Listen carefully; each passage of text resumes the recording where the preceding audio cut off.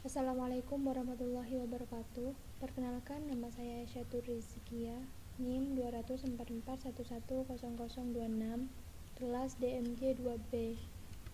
Di sini saya akan menjelaskan tentang materi IPv4 atau Internet Protocol versi 4. Yang akan kita bahas di sini yaitu pengertian, jenis-jenis alamat, pembagian kelas IPv4, dan kelebihan dan kekurangan IPv4.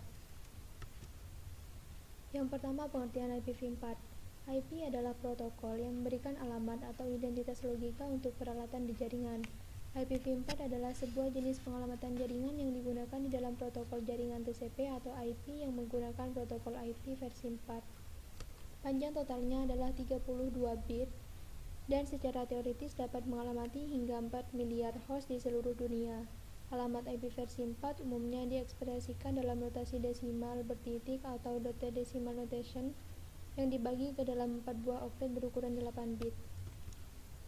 Alamat IP yang dimiliki oleh sebuah host dapat dibagi dengan menggunakan subnet mask ke dalam 2 buah bagian, yakni network address atau alamat jaringan yang digunakan khusus untuk mengidentifikasikan alamat jaringan di mana host berada.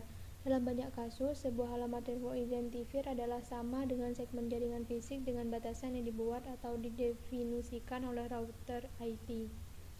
Yang kedua, host address atau alamat host, yang digunakan khusus untuk mengidentifikasikan alamat host atau dapat berupa workstation, server atau sistem lainnya yang berbasis teknologi TCP atau IP di dalam jaringan. Nilai host identifier tidak boleh bernilai 0 atau 255 dan harus bersifat unik di dalam network identifier atau segmen jaringan di mana ia berada. Jenis-jenis alamat IPv4.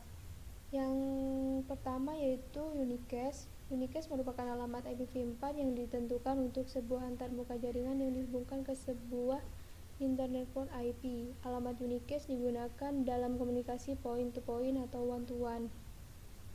Yang kedua ada broadcast. Broadcast merupakan alamat IPv4 yang didesain agar diproses oleh setiap node IP dalam segmen jaringan yang sama. Alamat broadcast digunakan dalam komunikasi one-to-everyone. Yang ketiga ada multicache. Multicache merupakan alamat IPv4 yang didesain agar diproses oleh satu atau beberapa node dalam segmen jaringan yang sama atau berbeda.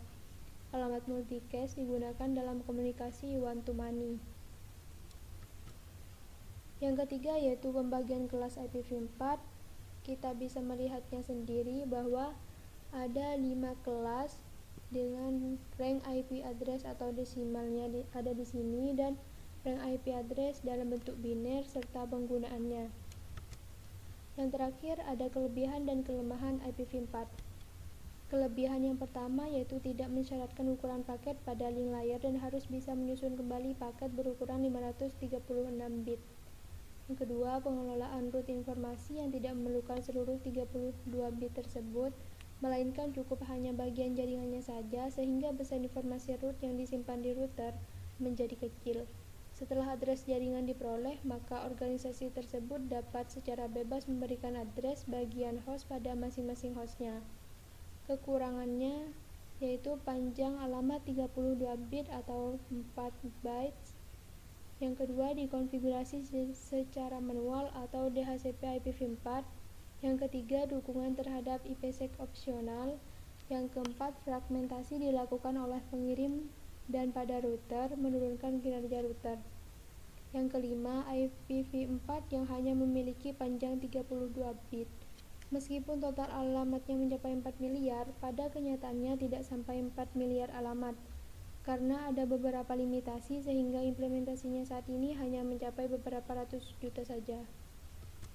Mungkin hanya itu dari saya, kurang lebihnya saya mohon maaf. Wassalamualaikum warahmatullahi wabarakatuh.